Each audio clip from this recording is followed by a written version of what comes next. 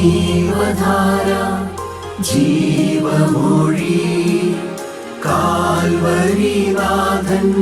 സ്നേഹമൊഴി തിരുനിറത്താൽ ജീവനേകും യേശുനാഥന്റെ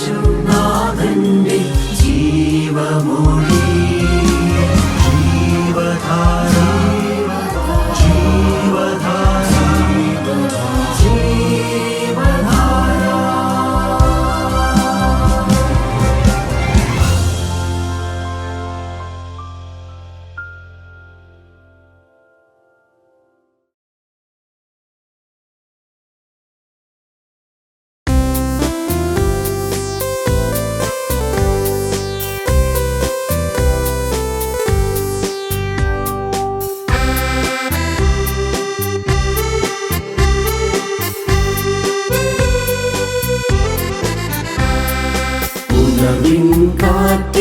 ഉണർവിൻ കാറ്റേ വീശുക ഈ സഭമേ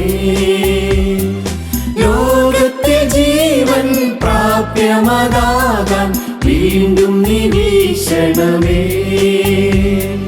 ലോകത്തിൽ ജീവൻ പ്രാപ്യമതാകാൻ വീണ്ടും നിരീക്ഷണമേ നിഞ്ജനം നിന്നിൽ ആനന്ദിച്ചിടാൻ വീണ്ടും നിൻ ജീവനെ നൽകണമേ നിഞ്ജനം നിന്നിൽ ആനന്ദിച്ചിടാൻ വീണ്ടും നിൻ ജീവനെ നൽകണമേ ഉണർവിൻ കാറ്റേ വീശുക ഈ സഭമേ ലോകത്തിൽ ജീവൻ പ്രാപ്യമതാകാൻ വീണ്ടും നിരീക്ഷണമേ ലോകത്തിൽ ജീവൻ പ്രാപ്യമതാകാൻ വീണ്ടും നിരീക്ഷണമേ.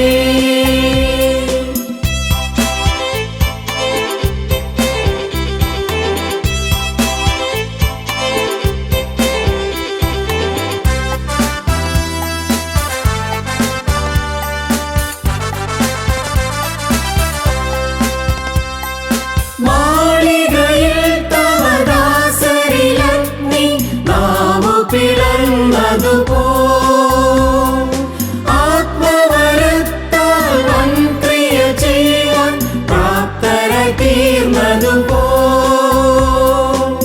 നിവചനത്താൽ ആയിരങ്ങൾ വൻ ശക്തിയോടിന്നുണർന്നിടണമേ നിവചനത്താൽ ആയിരങ്ങൾ വൻ ശക്തിയോടിന്നുണർന്നിടണമേ ഉണർവിൻ കാറ്റേ വീശുക ഈ സഭമേ ലോകത്തിൽ ജീവൻ പ്രാപ്യമതാകാൻ വീണ്ടും നിരീക്ഷണമേ ലോകത്തിൽ ജീവൻ പ്രാപ്യമതാകാൻ വീണ്ടും നിരീക്ഷണമേ.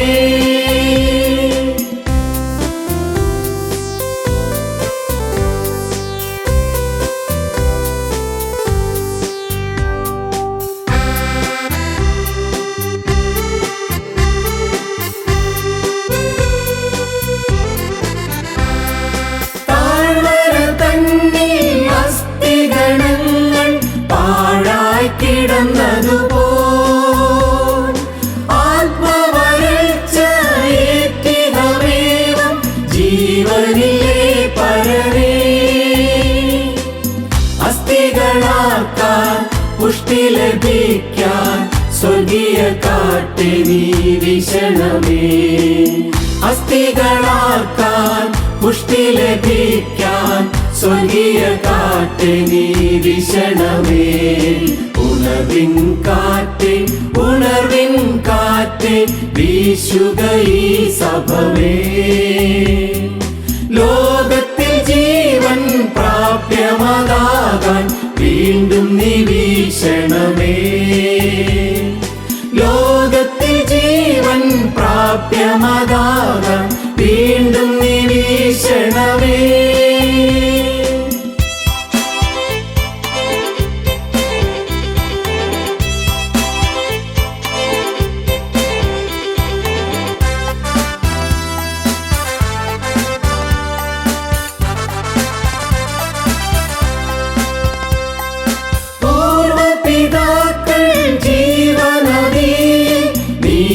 കളിച്ചതുപോ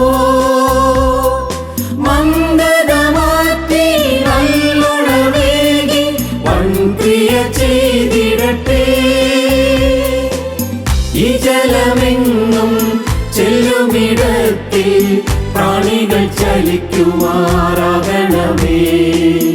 ഈ ജലമെങ്ങും ചെല്ലുമിടത്തിൽ പ്രാണികൾ ചലിക്കുമാറാകണമേ.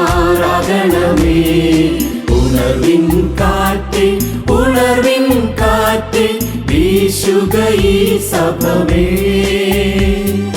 ലോകത്തിൽ ജീവൻ പ്രാപ്യമതാകാൻ വീണ്ടും നിരീക്ഷണമേ.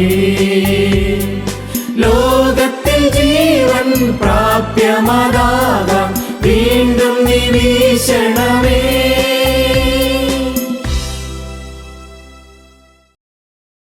ദൈവ തിരുനാമത്തിന് മഹത്വമുണ്ടാകട്ടെ. കർത്താവായ യേശുക്രിസ്തുവിൻ്റെ വചനവുമായി നമുക്ക് എല്ലാവർക്കും കൂടിച്ചേരുവാൻ ദൈവം നൽകിയ ഈ വലിയ അവസരത്തെ ഓർത്ത് നമുക്ക് ദൈവത്തെ മഹത്വപ്പെടുത്താം. ഇന്നത്തെ അല്പനേരത്തെ ചിന്തയ്ക്കായി തിരുവചനത്തിൽ നിന്നൊരു വാക്യം വായിക്കാം.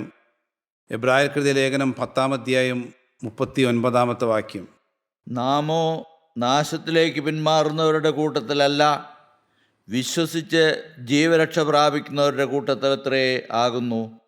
ആത്മീയ ലോകത്തിലെ 2 തരം മനുഷ്യരെക്കുറിച്ചാണ് ഇവിടെ വായിച്ചത് കേട്ടത്. ഒന്ന്, നാശത്തിലേക്ക് പിന്മാറിപ്പോകുന്നവർ, ജീവരക്ഷ പ്രാപിക്കുന്നവർ. നമുക്കറിയാം, സമസ്ത മേഖലകളിലും ഒരു വേർതിരിവുണ്ടാവും.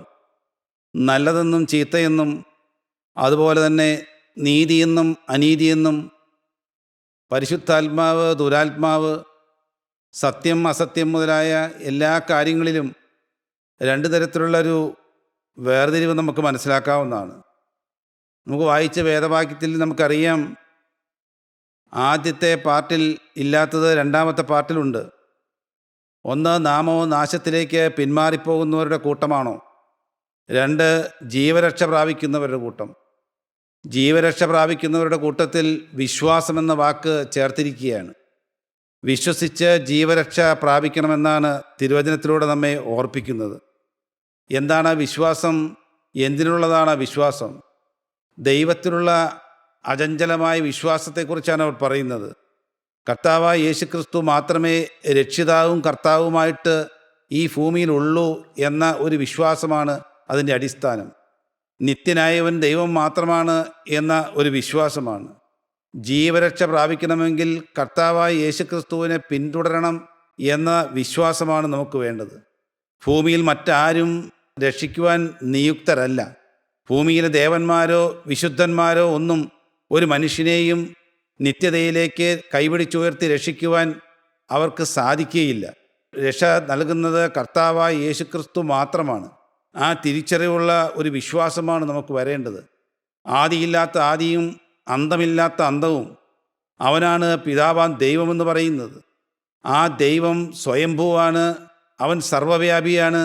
സകലത്തിൻ്റെയും നിയന്ത്രിതാവും സൃഷ്ടാവുമാണ്.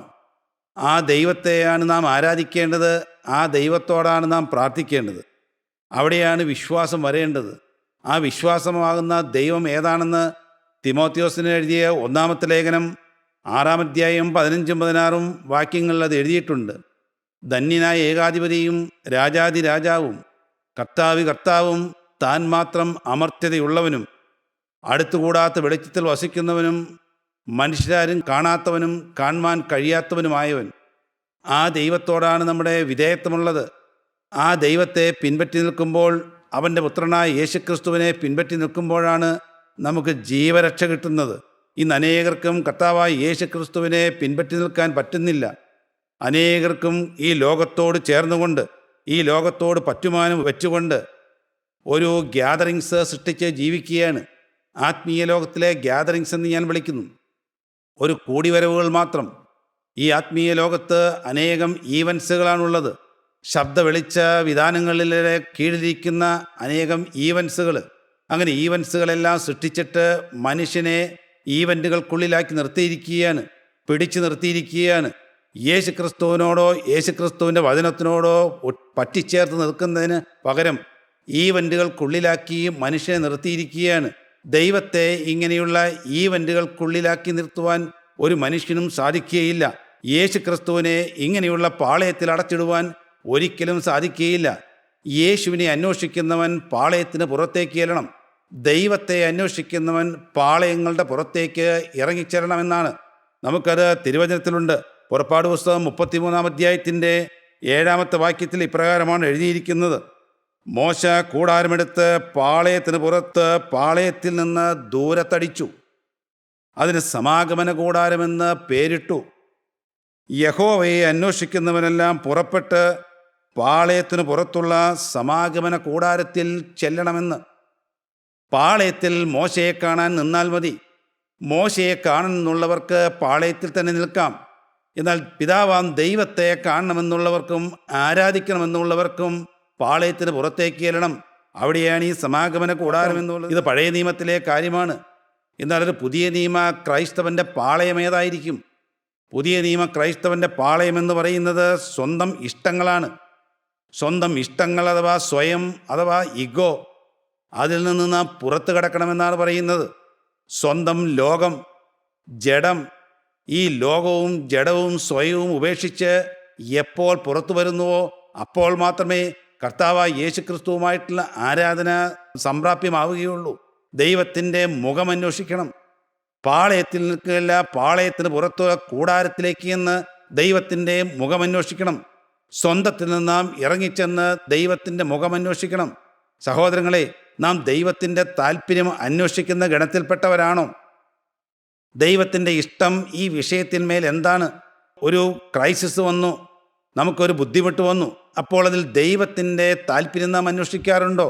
ദൈവത്തിൻ്റെ ഹിതം നാം അന്വേഷിക്കാറുണ്ടോ? ദൈവഹിതം ഇതിൽ എപ്രകാരമാണ് പ്രവർത്തിക്കുന്നതെന്ന് നാം തിരിച്ചറിയണം.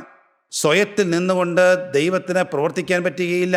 നാം എപ്പോഴും നമ്മുടെ സ്വയത്തിലാണ് നിൽക്കുന്നതെങ്കിൽ അവിടെ ദൈവത്തിന് പ്രവർത്തിക്കാൻ പറ്റുകയില്ല.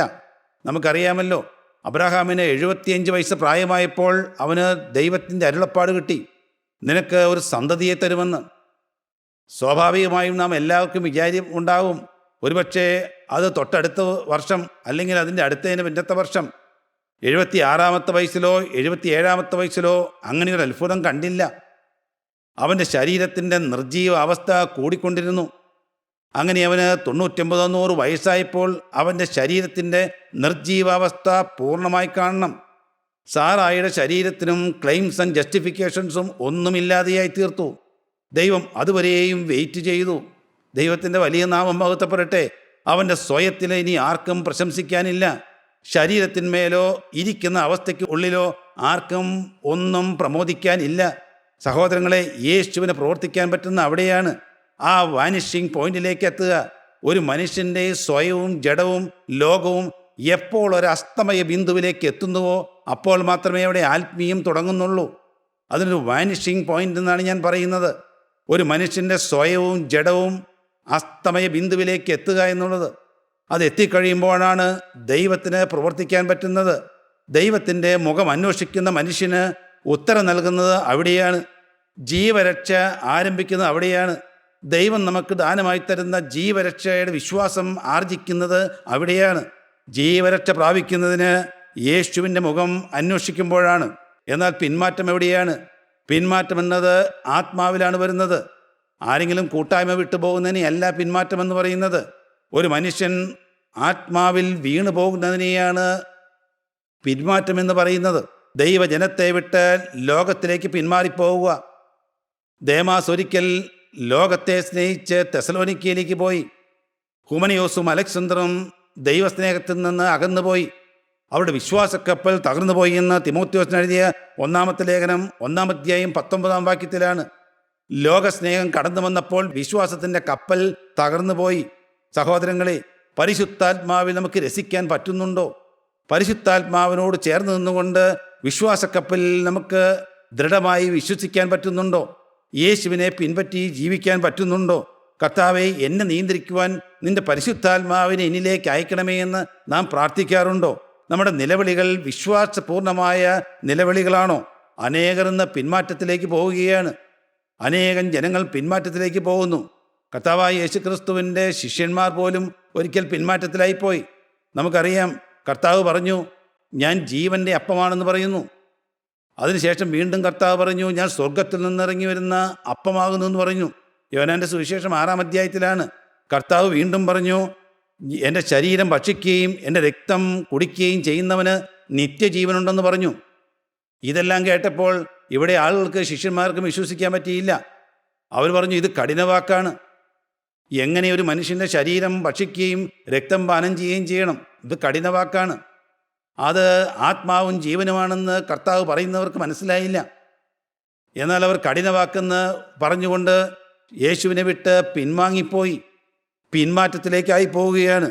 ഒന്ന്, ജീവരക്ഷ പ്രാപിക്കുന്നത് യേശുവിൻ്റെ മുഖമന്വേഷിക്കുമ്പോഴാണ്. 2, അചഞ്ചലമായ വിശ്വാസത്താലാണ് ജീവരക്ഷ പ്രാപിക്കാൻ പറ്റുന്നത്. അചഞ്ചലമായ വിശ്വാസം. രക്തസ്രാവക്കാരി ഉണ്ടായിരുന്നു. അവൾ അന്ന് പ്രഭാതത്തിൽ തന്നെ അവൾ വീട്ടിൽ നിന്ന് ഇറങ്ങിയാണ്. എത്രയോ വർഷങ്ങളായിട്ടുള്ള ദുരിത ജീവിതം, ആരാരും ചികിത്സിച്ചിട്ടും ഭേദമാകാതെ, ആരോട് പറയുമിനി, ഏത് കൂട്ടായ്മയിൽ പോകും എന്നെല്ലാം നിൽക്കുകയാണ്.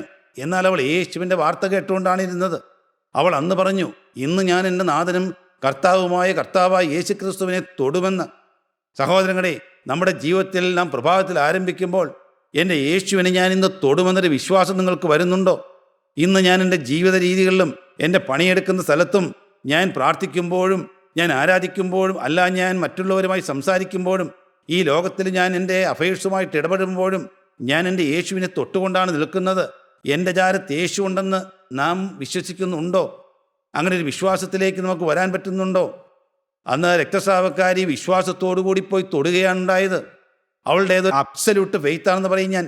അബ്സല്യൂട്ട് ഫെയ്ത്ത്, അത് പൂർണ്ണമായ വിശ്വാസമാണ്. അവൾ തൊട്ടപ്പോൾ തന്നെ യേശുവിൽ നിന്ന് ശക്തി പ്രവഹിച്ചു. അവളുടെ ശരീരത്തിന് രോഗസൗഖ്യം വന്നു എന്നത് മാത്രമല്ല, അവിടെ കാര്യം അവൾക്ക് ജീവരക്ഷ വന്നു എന്നുള്ളതാണ്.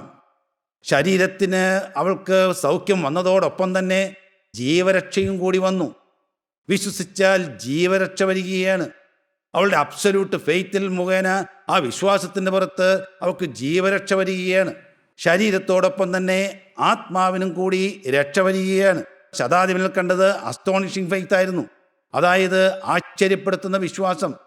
എൻ്റെ ഭവനത്തിലേക്ക് വരുവാൻ കർത്താവേ ഞാൻ യോഗ്യനല്ല എന്ന് പറഞ്ഞു. നീ ഒരു വാക്ക് അവിടെ നിന്ന് കൽപ്പിച്ചാൽ മതി, എൻ്റെ ബാല്യക്കാരൻ സൗഖ്യം വരും. ആ വിശ്വാസമാണ് വലുത്. ആ വിശ്വാസത്തിലൂടെ അവർ ജീവരക്ഷയിലേക്ക് കടക്കുകയാണ് ചെയ്യുന്നത്. ഒരു വാക്ക് കൽപ്പിച്ചപ്പോൾ തന്നെ സൗഖ്യം വന്നു. അവിടെ ഒരു വിശ്വാസത്തിൻ്റെ പൂർണ്ണതയാണ്. ജീവരക്ഷ പ്രാപിക്കുവാൻ വിശ്വാസമാണ് വേണ്ടത്. സക്കായിൽ കണ്ടത് സറണ്ടറിങ് ഫെയ്ത്തായിരുന്നു. സക്കായിയോട് പറഞ്ഞു, സക്കായി, ഞാൻ ഇന്ന് നിൻ്റെ ഭവനത്തിൽ താമസിക്കാനാണ് വരുന്നത്. അവൻ ബന്ധപ്പെട്ട് താഴെ ഇറങ്ങി. അവൻ ചഞ്ചലപ്പെട്ടു പോയി. അവൻ പരിഭ്രമിച്ച് നിൽക്കുകയാണ്. നിത്യനായ ദൈവം എൻ്റെ ഭവനത്തിൽ താമസിക്കാൻ വരുന്നു. അപ്പോൾ തന്നെ അവൻ താലടിയാവുകയാണ്. അതിനെയാണ് സറണ്ടറിങ് എന്ന് പറയുന്നത്. അവൻ്റെ ജീവിതം സമർപ്പിക്കപ്പെടുകയാണ്. അവൻ പറയുകയാണ്, ഞാൻ ഉള്ളത് വിറ്റ് ദരിദ്രർക്ക് കൊടുത്തുകൊള്ളാം, 4 മടങ്ങ് ഞാൻ മടക്കി കൊടുത്തുകൊള്ളാം എന്ന് പറയുകയാണ്. അത്രമാത്രം ഒരു സറണ്ടറിങ്ങിലേക്ക് വരികയാണ്. അവൻ്റെ ജീവിതത്തിലെ സറണ്ടറിങ്. സഹോദരങ്ങളെ, നമ്മുടെ ജീവിതത്തിലൊരു സറണ്ടറിങ് ആസ്പെക്റ്റ് ഉണ്ടോ? നമ്മുടെ ജീവിതം കർത്താവായ യേശു ക്രിസ്തുവിന് മുമ്പാകെ സമർപ്പിച്ചിട്ടുണ്ടോ? പൂർണ്ണമായിട്ടുള്ളൊരു സറണ്ടർ നമ്മുടെ ജീവിതത്തിൽ വന്നിട്ടുണ്ടോ ഇതുവരെയും? കാര്യം നാം കൂട്ടായ്മ ആചരിക്കുന്നുണ്ട്, ദൈവവചനം കേൾക്കുന്നുണ്ട്, ദൈവവചനത്തിൽ ജാഗരിക്കുന്നുണ്ട്, വിശ്വാസ ജീവിതത്തിലൂടെ നടക്കുന്നുണ്ട്. എന്നാൽ ഒരു സറണ്ടറിങ് നമ്മുടെ ജീവിതത്തിലുണ്ടോ? ഒരു പൂർണ്ണമായ സമർപ്പണം. കർത്താവേ, നിൻ്റെ ഇഷ്ടമാണ് എന്നിൽ പൂർത്തീകരിക്കാൻ പറ്റുകയുള്ളൂ. എൻ്റെ ഇഷ്ടത്തിന് ഇവിടെ പ്രാമുഖ്യമില്ല. ഒരാറ്റത്തിൽ പോലും എൻ്റെ ഇഷ്ടം ഇതിൽ നടക്കരുത്. യേശുവിൻ്റെ ഇഷ്ടം പ്രവേലി ചെയ്യണം. യേശുവിൻ്റെ ഇഷ്ടം നടക്കണം, ഞങ്ങളെ നയിക്കണം എന്നൊരു വിശ്വാസത്തിലേക്ക് നമുക്ക് വരുന്നുണ്ടോ? ആ സറണ്ടറിങ് ഫെയ്ത്ത് കിട്ടുമ്പോഴാണ് സഹോദരങ്ങളെ ജീവരക്ഷയിലേക്ക് നാം വരുന്നത്. ആ വിശ്വാസത്തിലേക്ക് നമുക്ക് മടങ്ങി വരണം സഹോദരങ്ങളെ. ആ വിശ്വാസത്തിലേക്ക് മടങ്ങി വരണം. അന്ന് യാക്കോബിനോട് പറഞ്ഞു, യാക്കോബേ, നീ അപ്പൻ്റെ ഭവനത്തിലേക്ക് മടങ്ങി വരണമെന്ന്. പുതിയ നിയമ ക്രൈസ്തവൻ എന്ന് പറയുന്നത് അപ്പൻ്റെ ഭവനത്തിലേക്ക് മടങ്ങി വരണമെന്ന് പറയുന്നത് വിശ്വാസത്തിലേക്ക് മടങ്ങി വരണമെന്നാണ്. യെരമ്യാ പ്രവചനം 8-ാം അധ്യായം 7-ാം വാക്യം പറയും, ആകാശത്തിലെ പെരിഞ്ഞാറ തൻ്റെ കാലമറിയുന്നു, ഉറുപാവും ഈവൽപക്ഷിയും കൊക്കും മടങ്ങി വരവുള്ള കാലമറിയുന്നു. എൻ്റെ ജനമോ യഹോവയുടെ ന്യായം അറിയുന്നില്ല എന്ന്. ഒരു മടങ്ങി വരവുണ്ട്, വിശ്വാസ ജീവിതത്തിലേക്കൊരു മടങ്ങി വരവ്. സഹോദര, നിൻ്റെ കണ്ണുനീർത്തുള്ളികളെല്ലാം ഞാൻ കണ്ടുകൊണ്ടാണ് ഇരിക്കുന്നത്. നീ കഴിച്ച പാനീയയാഗങ്ങൾ, കണ്ണുനീരിൻ്റെ പാനീയയാഗങ്ങൾ എല്ലാം ഞാൻ കണ്ടു. നീ മടങ്ങി വരുവാൻ തീരുമാനമെടുക്കണം. ബേഥേലിൻ്റെ ദൈവമാണ് യാക്കോബിനോട് പറഞ്ഞത്, നീ മടങ്ങി വരുവാൻ തീരുമാനമെടുക്കണം. നിനക്ക് വേണ്ടി ഒരു പെനിയേൽ നിൽക്കുന്നുണ്ട്. ആ പെനിയേൽ നീ കടന്നേ പറ്റുകയുള്ളൂ മകനെ. സഹോദരങ്ങളെ, നമുക്ക് യേശുക്രിസ്തുവുള്ള വിശ്വാസത്തിലേക്ക് മടങ്ങി വരുവാൻ പറ്റുന്നുണ്ടോ? അത് നാം കുടുംബമായി തന്നെ മടങ്ങണം. കുടുംബമായി തന്നെ മടങ്ങണം സഹോദരങ്ങളെ. നാം ഈ കാലങ്ങളിലെല്ലാം കാണുന്നുണ്ട്, അനേകർ ദൈവത്തിൻ്റെ വചനത്തിൽ വരുന്നുണ്ട്, ദൈവത്തോട് പറ്റുമാനം ചേർന്ന് നിൽക്കുന്നുണ്ട്, കൂട്ടായ്മ ആചരിക്കുന്നുണ്ട്. എന്നാൽ അനേകം ഭവനങ്ങളിൽ മാതാപിതാക്കൾ മാത്രമേ ദൈവവചനം കേൾക്കുവാൻ വരുന്നുള്ളൂ. മക്കൾക്ക് തോന്നിവാസ ജീവിതമാണ്. അല്ല, തോന്നിവാസ ജീവിതം ഇല്ലെങ്കിലും അവർ മാതാപിതാക്കൾ ദൈവത്തെ ആരാധിക്കുന്നതും ദൈവത്തിൻ്റെ വചനത്തോടും ചേർന്ന് നിൽക്കുന്നതും ഇഷ്ടപ്പെടുന്നില്ല. ഇനി അഥവാ ഇഷ്ടമുണ്ടെങ്കിലും ഈ നിർമ്മലമായ വചനത്തിൻ്റെ അടുക്കിലേക്ക് വരുവാൻ ഒരു ബുദ്ധിമുട്ടുണ്ട്. അവർ ലോകത്തിൻ്റെ കാര്യങ്ങളും വലിയ വലിയ സാങ്കത്യപരമായ കാര്യങ്ങളുമെല്ലാം അന്വേഷിച്ച് വലിയ പ്രതാപശാലികളായിട്ട് ലോകത്ത് നിൽക്കുന്നു. അവർ പ്രകടമായ തെറ്റുകളൊന്നും കാണുകയില്ല. എന്നാൽ ഈ കൂട്ടായ്മയ്ക്ക് വരുന്നവരിലും ദൈവത്തിൻ്റെ വചനം കേൾക്കാൻ വരുന്ന മാതാപിതാക്കളിൽ അനേകം മക്കളും അവരെ വിളിച്ചുകൊണ്ട് വരുന്നില്ല, കുടുംബമായിട്ട് ആരാധിക്കാൻ വരുന്നില്ല. നമുക്കറിയാമെന്ന പഴയ നിയമകാലത്ത് മോശ ഇസ്രായേൽ പാളയത്തിന്മേൽ മിസ്രൈമിൽ വിട്ടു പോരുമ്പോൾ അവിടെ മിസ്രൈമ്യർക്ക് ബാധകൾ വരുത്തി. ദൈവം അവർക്ക് ബാധകൾ വരുത്തിക്കൊണ്ടിരുന്നു. അപ്പോൾ ഫറവോനോട് പറഞ്ഞു, ഞങ്ങളുടെ കുഞ്ഞ് കുട്ടികളും കന്നുകാലികളും എല്ലാം ഞങ്ങൾക്ക് ആരാധിക്കാൻ പോകണമെന്ന് പറഞ്ഞു. ആദ്യമൊക്കെ നിരസിച്ചു. കുറേ കഴിഞ്ഞപ്പോൾ ഫറവോൻ പറയുകയാണ്, ഒരു കാര്യം ചെയ്യുക, ജനങ്ങളെല്ലാം പൊക്കോളൂ, അതുപോലെ തന്നെ കുഞ്ഞു കുട്ടികളും പൊക്കോളൂ, നിങ്ങളെ കന്നുകാലികളൊക്കെ ഇവിടെ നിൽക്കട്ടെ എന്ന് പറഞ്ഞു. കാരണം തിരികെ വരണമല്ലോ എന്നുള്ള ആഗ്രഹത്തിൻ്റെ പുറത്താണ് ഫറവോൻ പറയുന്നത്. അപ്പോൾ മോശ പറഞ്ഞു, പുറപ്പാട് പുസ്തകം 10-ാം അധ്യായത്തിൻ്റെ 26-ാം വാക്യത്തിലേക്ക് വരുമ്പോഴാണ് നമുക്ക് കാണുന്നത്, മോശ പറഞ്ഞു, ഒരു കുളമ്പ് പോലും പിന്നിൽ ശേഷിപ്പിച്ചുകൂടാ എന്ന്. സഹോദരങ്ങളെ, ഒരു കുളമ്പ് പോലും പിന്നിൽ ശേഷിപ്പിക്കരുത്. നിങ്ങളുടെ ജീവിതത്തിലേക്ക് നാം തിരിഞ്ഞു നോക്കുക. ഏതൊക്കെ കുളമ്പാണ് നാം പിന്നിൽ ശേഷിപ്പിച്ചിട്ടിരിക്കുന്നത്? മക്കളെന്ന കുളമ്പ് പിന്നിൽ ശേഷിപ്പിച്ചിട്ടുണ്ടോ? മാതാപിതാക്കളെന്ന കുളമ്പ് പിന്നിൽ ശേഷിപ്പിച്ചിട്ടുണ്ടോ? സമ്പത്തെന്ന കുളമ്പ് പിന്നിൽ ശേഷിപ്പിച്ചിട്ടുണ്ടോ? വിദ്യാഭ്യാസമെന്ന കുളമ്പ് പിന്നിൽ ശേഷിപ്പിച്ചിട്ടുണ്ടോ?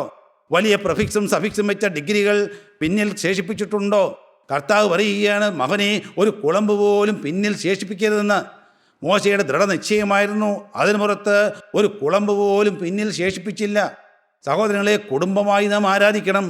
കുടുംബമായിട്ടാണ് നാം ജീവരക്ഷയിലേക്ക് വരേണ്ടത്. നോഹ തൻ്റെ കുടുംബത്തിൻ്റെ രക്ഷയ്ക്കായിട്ടൊരു പെട്ടകം തീർത്തു. പിന്നീടാണ് സംസാരിച്ചു തുടങ്ങിയത്, ഇതാ വലിയ മഴ വരുന്നു, നിങ്ങളെല്ലാം പെട്ടകത്തിൽ കയറണമെന്ന്. ആദ്യം തൻ്റെ സ്വന്തം കുടുംബത്തിൻ്റെ രക്ഷയാണ് പ്രധാനം. സഹോദരങ്ങളെ, ഒരു കുളമ്പ് പോലും പിന്നിൽ ശേഷിപ്പിക്കാത്ത ഒരു വിശ്വാസത്തിലേക്ക് നാം വരണം. അവിടെയാണ് ജീവരക്ഷയുടെ വിശ്വാസം എന്ന് പറയുന്നത്. ജീവരക്ഷ പ്രാപിക്കുവാനുള്ള വിശ്വാസം അതാണ്. നാശത്തിലേക്ക് പിന്മാറിപ്പോകേണ്ടവരല്ല നാം, വിശ്വസിച്ച് ജീവരക്ഷ പ്രാപിക്കേണ്ടവരാണ്. എന്നാൽ പിന്മാറ്റത്തിൻ്റെ നാളുകൾ അനേകം കണ്ടവരാണ്. പിന്മാറ്റത്തിൻ്റെ വാൾ വരുന്നത് നാം തിരിച്ചറിയണം. ആത്മാവിൻ്റെ ചോർച്ച നാം തിരിച്ചറിയണം. ബിലയാം ഒരിക്കൽ ഒരു ഭക്തൻ മരിക്കുന്നത് പോലെ മരിക്കാമെന്ന് ആഗ്രഹിച്ച വ്യക്തിയായിരുന്നു. എന്തുണ്ടായി? ഒന്നും നടന്നില്ല. അവൻ ദൈവജനത്തെ ഒറ്റുകൊടുത്തു, വഞ്ചകനായി മാറി. അവൻ നാശത്തിലേക്ക് പിന്മാറിപ്പോകുന്നവരുടെ കൂട്ടത്തിലായിപ്പോയി. എലീശാ പ്രവാചകന് ഒരു ഭൃത്യനുണ്ടായിരുന്നു, പേര് ഗേഹസി എന്നാണ്. അവൻ ആത്മാവോട് ചേർന്ന് നിന്നവനാണ്, പരിശുദ്ധാത്മാവിനോട് ഒട്ടി നിന്നവനാണ്, ഒരേ ഹൃദയക്കാരായി നിന്നവരാണ്. എന്നാൽ നയമാൻ്റെ ദ്രവ്യത്തിലേക്ക് നോക്കിയപ്പോൾ അവൻ്റെ ആത്മീയം പതുക്കെ താഴെ വെച്ചു. അവൻ നയമാൻ്റെ ദ്രവ്യത്തിലേക്ക് നോക്കിയപ്പോൾ ഗേഹസി ആത്മീയം താഴെ വെച്ചു. രാജാക്കന്മാരുടെ പുസ്തകം 5-ാം അധ്യായത്തിൻ്റെ 26-ാം വാക്യത്തിലേക്ക് വരുമ്പോൾ നമുക്കറിയാം, അവിടെ പ്രവാചകൻ ചോദിക്കുന്നുണ്ട്, did in my heart go with you എന്ന്. എൻ്റെ ഹൃദയം നിൻ്റെ കൂടെ പോന്നില്ലയോ എന്നാണ് ചോദ്യം. സഹോദരങ്ങളെ, പണം കണ്ടപ്പോൾ എൻ്റെ ഹൃദയം നിൻ്റെ കൂടെ പോന്നില്ലയോ?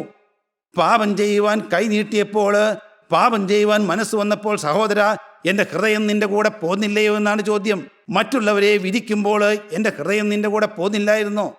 ഓരോരുത്തരുടെയും കുറ്റം പറഞ്ഞ് ദൈവദാസന്മാരുടെ അടുക്കിലേക്ക് ചെന്ന് പറയുമ്പോഴും മറ്റുള്ളവനെ താത്തിക്കെട്ടുമ്പോഴും എൻ്റെ ഹൃദയം നിൻ്റെ കൂടെ പോന്നില്ലായിരുന്നോ? അർഹിക്കപ്പെട്ട ശുശ്രൂഷ തടയുമ്പോൾ എൻ്റെ ഹൃദയം നിൻ്റെ കൂടെ പോന്നില്ലായിരുന്നോ? ഒരു ബസ്സിൽ യാത്ര ചെയ്യുമ്പോൾ എൻ്റെ ഹൃദയം നിൻ്റെ കൂടെ പോന്നില്ലായിരുന്നോ? ഒരു കല്യാണപ്പന്തലിരിക്കുമ്പോൾ നിനക്ക് വേർപാട് പാലിക്കാൻ സാധിക്കാതെ വന്നപ്പോൾ എൻ്റെ ഹൃദയം നിൻ്റെ കൂടെ പോന്നില്ലായിരുന്നോ? സഹോദരങ്ങളെ, ചോദ്യം നമ്മളോടാണ്. ഹൃദയം യേശുവിൻ്റെ കൂടെയായിരുന്നോ? A man after my own heart എന്നാണ് പറയുന്നത്. കർത്താവിൻ്റെ ഹൃദയപ്രകാരമുള്ളൊരു വ്യക്തി സഹോദരങ്ങളെ, ഹൃദയം യേശുക്രിസ്തുവിലേക്ക് ചായ്ച്ചിട്ടുണ്ടോ? അതോ ഗേഹസിയെപ്പോലെ ദ്രവ്യം കണ്ടപ്പോഴും ഈ ലോകം കണ്ടപ്പോഴും ഹൃദയത്തിൽ ദൈവത്തെ മാറ്റിക്കളഞ്ഞോ? ജീവരക്ഷയിലേക്ക് നാം വിശ്വസിച്ച് വരണം, യേശുവിൻ്റെ ഹൃദയപ്രകാരമുള്ളൊരു വ്യക്തി. എന്നാൽ സഹോദരങ്ങളെ, ഏത് മ്ലേച്ഛനും ഏത് അധമഭാവിക്കും ഈ ജീവരക്ഷ ഒരുക്കിയിട്ടുണ്ട്. വിശ്വാസത്താൽ ഏതൊരു അധമഭാവിക്കും ഈ ജീവരക്ഷ ഒരുക്കിയിട്ടുണ്ട്. ഏത് വിശ്വാസമാണ് വേണ്ടത്?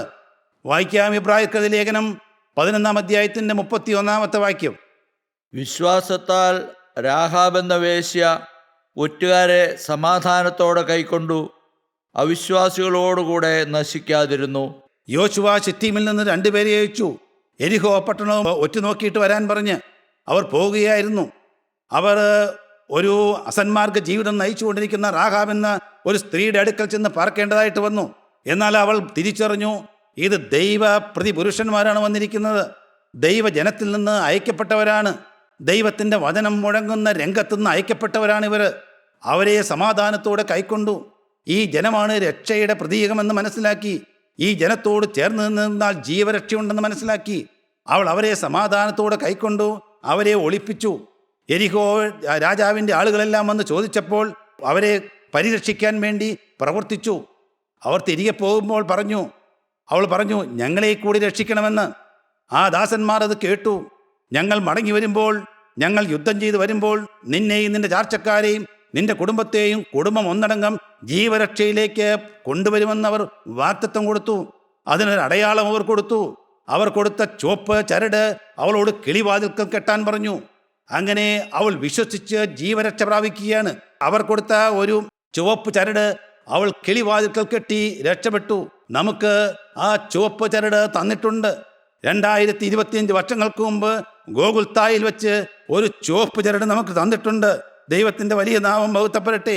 ആ ചുവപ്പ് ചരട് നമുക്ക് തന്നിട്ടാണ് പോയിരിക്കുന്നത്. യോഹന്നാന്റെ സുവിശേഷം 19 അധ്യായത്തിൻ്റെ 34 വാക്യത്തിലേക്ക് വരുമ്പോൾ നമുക്കറിയാം, എങ്കിലും പടയാളികളിൽ ഒരുത്തൻ കുന്തം കൊണ്ട് അവൻ്റെ വിലാപ്പുറത്ത് കുത്തി, ഉടനെ രക്തവും വെള്ളവും പുറപ്പെട്ടു എന്ന് അവിടെ എഴുതിയിരിക്കുന്നു. അവിടെ അവസാന തുള്ളി രക്തം വരെയും ഊറി വരികയാണ്. അവസാന തുള്ളി രക്തം വരെയും ചുവപ്പ് രക്തം ഒഴുകി വരികയാണ്. രക്തവും വെള്ളവും കലർന്ന് വരികയാണ്. അതൊരു ചുവപ്പ് നാട പോലെ വരികയാണ്, ഒരു ചുവപ്പ് ചരട് പോലെ വരികയാണ്. ആ രക്തമാണ് സഹോദരങ്ങളെ ജീവരക്ഷയ്ക്കായി നമ്മുടെ കിളിവാതിക്കൽ നാം കെട്ടുന്നത്. നമ്മുടെ ഓരോരുത്തരുടെയും ജീവിതമാകുന്ന ആ വാതിക്കൽ കെട്ടിവെക്കുന്ന ആ ചുവപ്പ് ചരടാണുള്ളത്. ആ ചുവപ്പ് ചരടാണ് നമ്മെ ജീവരക്ഷയിലേക്ക് നയിക്കുന്നത്. ആ രക്തമാണ്, യേശുക്രിസ്തുവിൻ്റെ രക്തമാണ് നമുക്ക് ജീവരക്ഷ പ്രദാനം ചെയ്യുന്നത്. അത് പ്രാപിക്കുന്നവരുടെ കൂട്ടത്തിലേക്കാണ് നാം വിശ്വസിച്ച് മന്ദം വരുന്നത്. സഹോദരങ്ങളെ, നമ്മുടെ ജീവിതത്തിൽ നാം സമർപ്പണമെടുക്കുക. കർത്താവെ, നാശത്തിലേക്ക് പിന്മാറിപ്പോകുന്നവരുടെ കൂട്ടത്തിലേക്ക്, കർത്താവെ, ഇനിയും ഞാനും എൻ്റെ ഭവനവും ഒരിക്കലും പോകുകയില്ല, വിശ്വസിച്ച് ജീവരക്ഷ പ്രാപിക്കുന്നവരിലേക്ക് ഇതാ ഞാൻ മടങ്ങി വരികയാണ്. അതിന് ദൈവത്തിൻ്റെ പരിശുദ്ധാത്മാവ് നമ്മെ സഹായിക്കട്ടെ. ദൈവനാമം മാത്രം മഹത്വപ്പെടട്ടെ. ദൈവത്തിന് സ്തോത്രം.